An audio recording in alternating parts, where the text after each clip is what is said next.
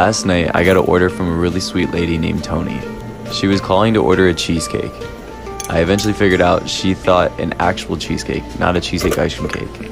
But we talked it all out and I got her to get an ice cream cake. She wanted cheesecake ice cream with strawberries in it, with chocolate cake and then a mid-layer of strawberry. So I scooped out cheesecake ice cream, I added the strawberries in, and then I chopped them all up and folded them over. And then you put one half in the pan, and then a layer of cake, and then the mid layer, and then the next layer of ice cream, and the next layer of cake. Once that's frozen, we're gonna take it out of the pan. We do that by adding some hot water to it. Once it's out of the pan, we're gonna let that freeze up, and then we're gonna decorate it. She decided on white fluffy frosting, so I put that on top and smoothed it all out. Since we're putting graham cracker all the way up the side, it doesn't have to be perfect. Then I'm gonna do a white border on the top and the bottom. Then we're gonna add some strawberries on top. And she wanted to say happy birthday to my wonderful husband, which was so sweet.